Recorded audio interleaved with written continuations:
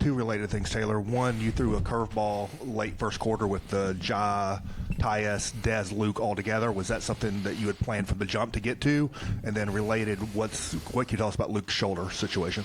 Working backwards, TBD. I think he just got cracked on a screen, just getting evaluated, was feeling fine, in the locker room, good spirits. Was maybe a little bit more precautionary, but I don't have all the details on what happened to Luke outside of where he got hit in his shoulder. And that was definitely by design. I just wanted to try something different, some small ball, the points of attack that, we've been seeing over the course of the series, in different spots at the end of quarters, beginning of quarters. That was something I just wanted to try and see, and we'll evaluate, watch the film, see how good it was for us. Taylor, just wondering, kind of going off that same point, you had a lot of success with that lineup in the first and in the third quarter. But you sub Dillon Brooks out first in the third. I think that's usually, different from your typical sub patterns. Just wondering, were you planning on going away from Dillon Brooks in that second half if Luke didn't get hurt? I was just being open-minded, seeing what the game was showing us. Obviously, wanted to be prepared.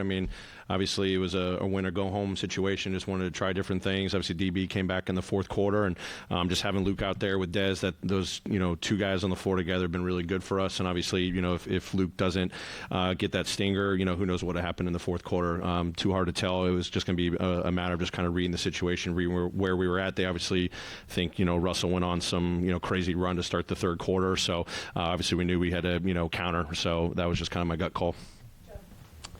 LeBron had one of his worst games of his career within this context in a closeout game, things like that. He shot 5 of 17, 1 of 9 from 3. How much did you guys, defensive pressure-wise, have to do with that? I hope a lot. We're going to need it again in Game 6. So it's on-ball pressure, it's crowds, it's not let him get going in transition, which I know he did a couple of times. And I'll go back and watch a film and see where he was attacking mostly from, and then just how our defense stood up. But obviously, we know he's a huge focal point, and when he establishes himself with his physicality and force that he plays with, it can be a long game. But I think our guys held up pretty well with executing our pick and roll coverages, and how we were helping, when he had the ball in his hands. I'll just have to watch the film a little bit more. Taylor, you get double-doubles from Dez, Ja, and Jaren. How much does that help, and how much do you need that to keep the series going? We need it, for sure. We need better. I'm going to challenge our guys not to be satisfied. I challenge the guys coming into the game that, we've got to establish our physicality. We've got to win the 50-50 ball, match up there. Showed them clips, late in the game where in the fourth quarter and overtime in Game 4, that cost us the game when we're not battling on the board. So these guys, owning that and coming out with double-doubles is really impressive. We know how important our guard rebounding is when our bigs are battling down there, with Davis and other guys that are crashing. We need more. We need better. Taylor, in regards to Ja and Dez specifically, they cut. You mentioned they cut your lead to 1 in the third quarter. It's going back and forth, and then you go on that kind of definitive run to close the third. I'm just curious what you saw from the poise your guys had, and you had this big lead, you lose it, and then the response, it seemed like it was led by John Dez. I'm curious what you saw as they were going through exactly that. I think I called the timeout. Guys came into the huddle, and we just talked about we just keep weathering it. They made a run. We knew this, is going to potentially happen at some point, even with a lead starting the second half. And we just got to go out there and just keep executing what we know we're capable of doing and what we just got to control. I think 2 of his buckets were in transition. 1 was in a pick and roll in the mid-range. And then it's just like, hey, they're going to score. We just got to respond. I thought our pace really picked up in that third quarter, which got, Ja going. Our execution in the half court, the spacing and whatnot, really led to, good stuff for both him and Dez to operate. Dez starts knocking down threes. You just saw us get a rhythm going there. The group that was in there to finish that third quarter really set a tone for us after that lead getting cut into 1, and then just continue to build it and having a nice lead going into the fourth quarter. Just kind of on that same point, Ja and Dez both just attacking downhill, but also crashing glass. Did you see those 2 in particular take it upon themselves to play with force and just really kind of set a tone with the urgency in a win-or-go-home situation? Yeah, absolutely. Those guys were spectacular tonight. We're going to need even more and better from them in Game 6. But these guys definitely play with force. That was stuff we were talking about before the game.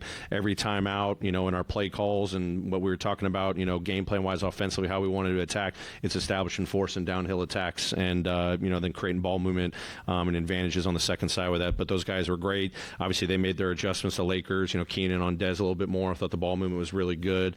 Execute a little bit better, knock down a few more shots, and maybe they get out of it. But I thought those guys, especially, just establishing the pace in the full court, getting out into our transition offense a little bit better. But then in the half court, really attacking and not accepting the pressure that the Lakers have been playing with first 4 games of the series. Taylor, did you get the sense from your best player and your second best scorer most of the year in Dez that this was a game that they weren't going to let you lose? Absolutely. I mean, how do you say it? Just the mentality coming out of Game 4, as disappointing as a loss that was, these guys got a lot of fight in them. They got a lot of resolve in them. Moment they walked in the building today, I could see the look in their eyes. But then when I really challenged them and the entire group, there was just this kind of like stoic, poise about them. They knew they received the message well. They knew they were going to go out there and execute it. And we had to have their best. And I'm going to continue to tell them, don't be satisfied because this wasn't our best. We got to continue to search for our best. Just going off of that, you're talking about, the mentality of these guys. X after the game, he's telling the fans, we'll be back, for Game 7. Even before the game, Dez was confident that you could get to a Game 7. Where's that, I guess the question is, what is the locker room, feel like now after this game, having that success in Game 5? It sounds like, the guys are confident going into this next game. Yeah, confident but determined too. We still know we have a lot of work to do. Challenge them immediately after the game as well. And there's no celebration whatsoever after having, a really nice, victory. So we know we got to go on the road. We haven't run a game on the road in a minute here, and especially in the playoffs, we got to go do it. So I think the focus is being determined, just being determined to go out there and continue to improve. These guys want to continue to get challenged. They told me immediately after the game, keep challenging us like you did going into this game. That's the mentality we got to carry going into another, down 3-2 game. There were times when the offense was humming and then times when it had a little bit of a lull. I'm curious what you think the difference was during those moments, and then what role did your defense play, I guess, in creating the big runs? Yeah, I mean, we definitely had a huge spark in that third quarter, and, the sustainability of it, it's going to come to a point in the fourth quarter where it's going to, slow down a little bit. They make their run, and you don't want to rush into, some poor possessions. There were definitely some possessions we wish you could have back in that fourth quarter. We got to get organized a little bit better. Everyone's got to be on the same page. I thought for the most part we were good, but the times we weren't, we had ugly possessions first half as well. So we just got to just keep pushing that pace as much as possible. I mean, lulls are going to happen. That's where we got to really dial up our execution, and it's going to be good to watch the film and clean up those situations. I think the players even said in their post-on-court interview that we can't let a lead slip away like that as hard as we built it up. And did that answer your second one? What was yours?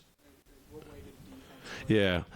Well, it was important. I mean, again, it's playoffs are a series of adjustments. We're not making these wholesale adjustments. We had a couple of things that we threw out there from a pick and roll standpoint that I thought benefited us. And again, it's like when we don't execute our game plan, they make us pay. They get the looks that they want. They may miss them, but we got to just disrupt the rhythm as much as possible. But I thought our defense was really good. The way we swarmed, obviously, we just talked about 3 guys that had 10 rebounds. That's huge for us. We've got to clamp down on defense. I said it starts with our defense. Going in the fourth quarter, I said it starts with our defense, and that's what let us down in Game 4. Game 5, we got to have it for 48 minutes. Small change on the back of the rotation with Conchar over Roddy in this one. Were there specific attributes you were trying to get into the game with that decision? I think Roddy's done a really good job, and was just kind of, looking at some of the numbers, again, diving into the matchups and lineups, and, where Jitty's had success, where Santi's had success, where D-Rod's had success, and just trying something where, Jitty's been impactful for us all season long. His on-ball defense, obviously in Game 2, he was big for us at home, so, trying to just, muster up that again. His rebounding, even though he plays little minutes, he gets in there and he can really help us on the boards. So it's just kind of a gut call to maybe just change something, knowing that we were going to do some other things with our lineups as well. Taylor, when Jaren is picking up those back-to-back fouls like that late in the fourth and you're holding on to that lead, is it a fatigue thing, or do you think it's just how the Lakers are just trying to attack him? If so, what are you telling him when you're calling timeouts? I mean, just stay locked in, stay poised. I think his teammates are doing a great job too. I think the second one may be a little bit out of frustration. There was a loose ball one as well. So we know that he's got to continue to get better in that area, and he's done a pretty good job all season long. Luckily, it didn't bite us, but I thought he responded well, and we're just continuing to tell him to go out there, be aggressive. Stay disciplined as much as you can, stay locked in.